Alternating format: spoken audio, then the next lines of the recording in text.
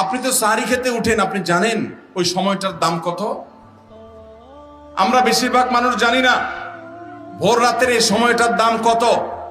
আরে ভাই, এই সময়ের দোয়া 1 মিনিটের দোয়া অন্য সময়ের 100 মিনিটের সমানও না।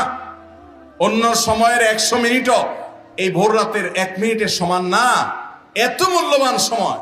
সাহারি খেতে উঠছেন, সাহারি খান, ভালো কথা, কিন্তু সাহারি খাওয়ার আগে পরে 10টা মিনিট জায়নামাজে মুসল্লাতে দাঁড়ান, একটু 2 রাকাত নামাজ পড়ে।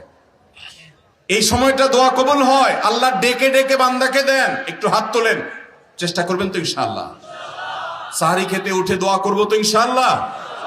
আপনার বাসার এক কোণায় চলে যাবেন, একটু আলো আধারিতে চলে যাবেন, সেখানে গিয়ে বসে আল্লাহর কাছে একটু কথা বলবেন। সেজদা চলে যাবেন, সেজদা গিয়ে আল্লাহর সাথে একটু মন খুলে কথা বলবেন। আল্লাহ, আমি অনেক গুনাহ করেছি, আল্লাহ আমি অনেক পাপিষ্ঠ। শুনেছি আপনার রাসূল জানিয়েছেন যে এই মাসে নাকি আপনি অনেক পাপিষ্ঠকে মাফ করে দিবেন। আল্লাহ, আপনি নাকি অনেক জাহান্নামে যাদের নাম চলে গেছে জাহান্নামী তালিকাভুক্ত, তাদেরকে মুক্ত করে জান্নাত দিয়ে দিবেন, আপনি নাকি ওয়াদা করেছেন। আল্লাহ, আমাকে একটু তাদের মধ্যে শামিল করে দেন। আল্লাহ, আপনি দিলে আপনার কোনো অভাব হবে না। আল্লাহর সাথে একটু কথা বলা, মুনাজাত করা ভোর রাতে করার চেষ্টা করবো তো ইনশাআল্লাহ? ঘরের এক কোণায় চলে যাবেন, সাহারিটা আগে আগে খেয়ে শেষ করবেন, আজানের এখনো 15 মিনিট বাকি। চলে যান এক কোণায়, উজু করে দাঁড়ায় যান 2 রাকাত নামাজে, চলে যান সিজদায়, একটু দোয়া করেন। নিরিবিলি জায়গা যদি বাসায় না থাকে, ছাদে চলে যান, মসজিদে আগে চলে যান, এক কোণায় চলে যান।